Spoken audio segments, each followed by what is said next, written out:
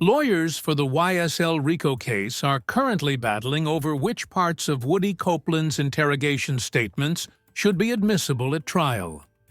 Copeland spoke to detectives multiple times in 2015, and those recordings could be valuable for either side, if allowed in court.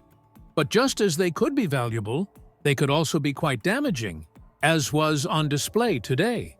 At issue was a seemingly innocuous comment that Woody gave to detectives about the whereabouts of a gun that they had asked him about during an interrogation 4 months earlier. Woody told detectives that he was not able to produce the gun for them because the gun actually belonged to Shannon Stillwell, and Woody had returned the gun to Stillwell. The gun that I had shot with, that was Shannon's gun. When you shot at Taylor? Yeah. That's why I didn't get a chance to get out the gun, that you ain't give me the gun back. You know? The state argued that Woody's statement serves several purposes, including boosting his credibility, as he proactively informed detectives about the whereabouts of a gun that they had previously inquired about, and that the gun possession itself is intrinsic evidence that is inextricably intertwined with the Rico case as a whole. Prosecutors wish to use Woody's interrogation recordings to increase his credibility in the eyes of the jury, as his recently taking the stand and saying that everything he told investigators was a lie may hurt his credibility in the eyes of the jury. Prosecutors need the jury to believe Woody when he testifies against the other YSL members.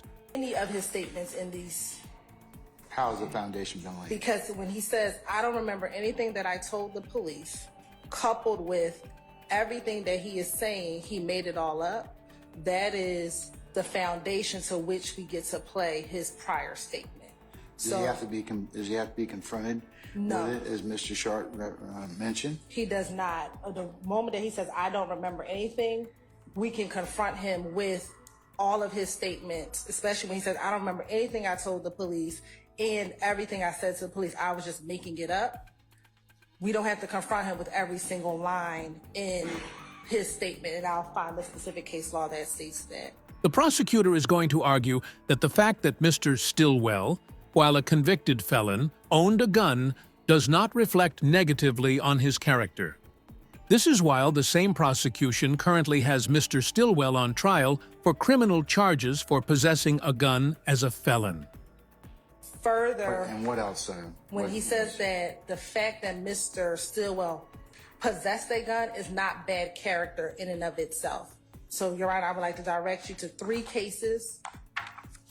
The most recent is going to be Hill v. State, and specifically that case talks about the fact that someone has a knife is not bad character, but they cite the Adams v. State case, which is the next case I want to provide to the court. All right.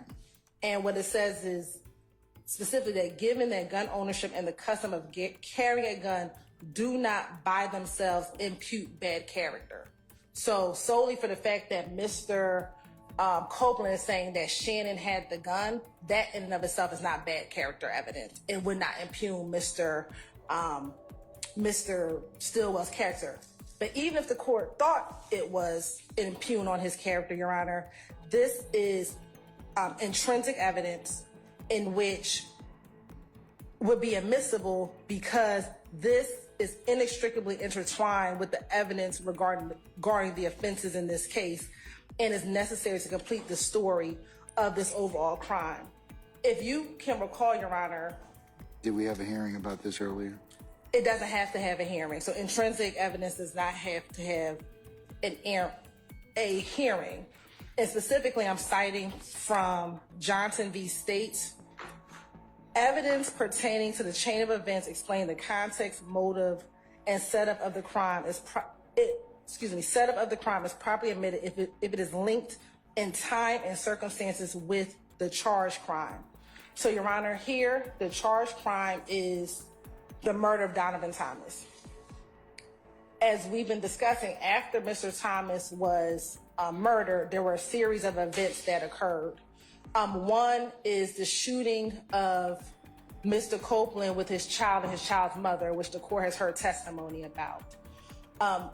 In his February 21st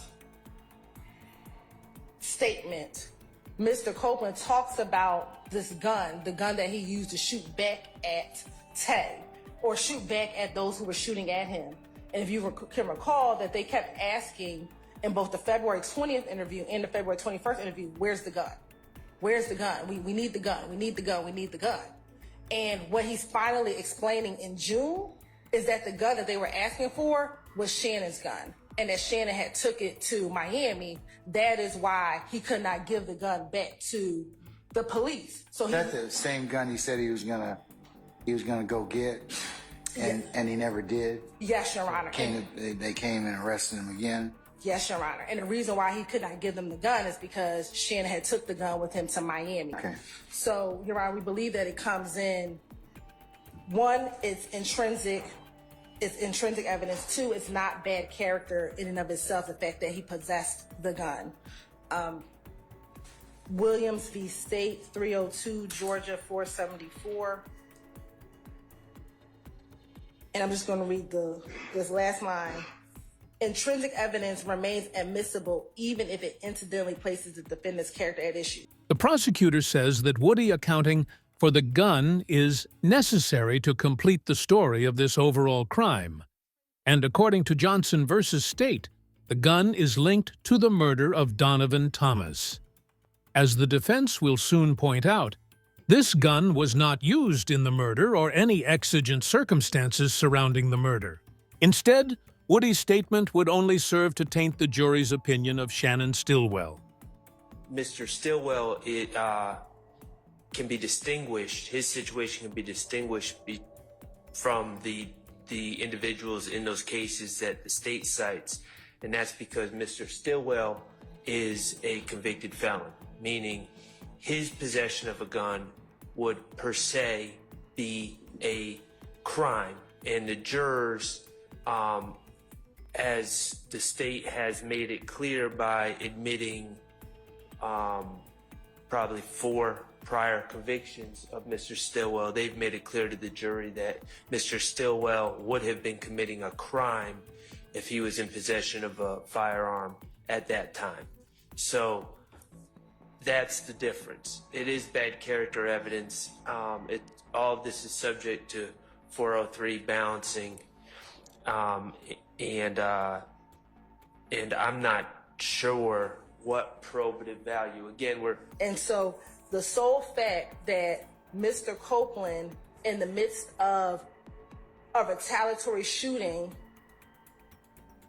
in which the opposition gang believes that he killed one of their gang members, uses a gun that was given to him by Shannon Stillwell, is one, inextricably intertwined into this case. And although it's inextricably intertwined, and although it incidentally places his character although it places Mr. Stillwell's character at issue, it is inextricably intertwined into the overarching story and conspiracy that we are attempting to prove in this case, Your Honor. Eventually, the prosecution had to concede that the gun in question was not used in any crime for which any of the YSL members are currently facing trial. Again, the state's intention is not to impugn that this gun was used in any other offense. It is solely to complete when Mr. Copeland says, I told you all I was going to turn in a gun. The gun that I was supposed to turn into you all, I did not turn it in because it was Shannon's gun. That is what we're trying to complete. After hearing all arguments, Judge Glanville sided with the defense, agreeing that presenting such evidence could be disproportionately prejudicial to Mr. Stillwell's case. In so doing, he may have just inadvertently saved Stillwell. But that will be decided later, when the prosecution moves on to Stillwell's part of the trial. Let me say about that. What about Mr. Shart's argument about I have to do then a 403 balancing test? Is it more probative than prejudicial? He's saying you've already charged Mr. Stillwell with 2 counts of possession of firearm by a convicted felon, which are going to be brought up later on. he's saying this increases the prejudice. So what would you say about that? Because, and I'm listening to it because it's a road to nowhere. It's kind of like, in terms of what you have to prove, it kind of just, the jurors may think, well, this guy's, who's a convicted felon, has this gun and it's not really involved in anything that's charged in this case. Your Honor, Mr. Stillwell is charged with a murder in 2022, and that's, I believe, one of the offenses that... Okay, but is this gun tied to anything? The gun is not tied, but trying to... Okay, that increases the prejudice, though, because if it's not tied to anything, what it does is it increases the prejudice in terms of, because you don't want the jury confused on the fact of, okay, we've heard Shannon's got a gun, or that Copeland's saying, hey, Shannon, the reason I didn't turn it in is because Shannon took it and he took it down he took it. But it doesn't go anywhere because it's not used in any other thing. It's not used in any other criminal offense. It's not tied to a murder. It's not tied to anything. It's just the fact that this shows where this gun went on a guy that's already who's a convicted felon, and it's not charged in the indictment. I know I could probably let it in, but my concern is Mr. Sharp's concern, and that's whether or not it's more prejudicial than probative, given everything that he's charged with. Is this going to confuse the jury or let them know, hey, he's, what about this weapon when it's not tied to anything in the indictment? I mean, I know that Johnson seems to indicate that, but so tell me how I get over the 403, given what you charged Mr. Stillwell with in this indictment. Sure, because the state has not asserted and will not assert that this gun that Mr. Copeland used in 2015 is the same gun used in 2022. It's a 7-year difference between this particular incident in 2015 and what Mr. Copeland says. The only purpose for this portion is to complete what happened with the gun, especially given this notion or this idea that in 2015, Mr. Copeland was just lying about everything. So we as a state have to show, we believe that in 2015, his statements were credible. He gave a reason for what happened with the gun. I believe that Mr. Sharp's trying to confuse issues as to the fact that Mr. Stillwell is charged in the indictment with possession of a gun. That is separate and apart from the purpose in which this particular piece of evidence will come in. It is solely to complete what happened with the gun that Mr. Copeland used in order to defend him, his child, and his child's mother. I tell you what I'm going to do. I'm inclined to apply the 403 balancing test and find it's more prejudicial than probative. But here's the defense. If you open the door as to it, I'm gonna let them bring the truck. So you got to be very careful about not opening the door about this particular issue and this weapon, okay? Because if you open the door as to it, I agree with you, Mr. Sharp, Mr. Steele, that it is more prejudicial than probative. But if you dance around the issue and open it up, I'll revisit my decision. Okay? Yes, Your Honor. All right.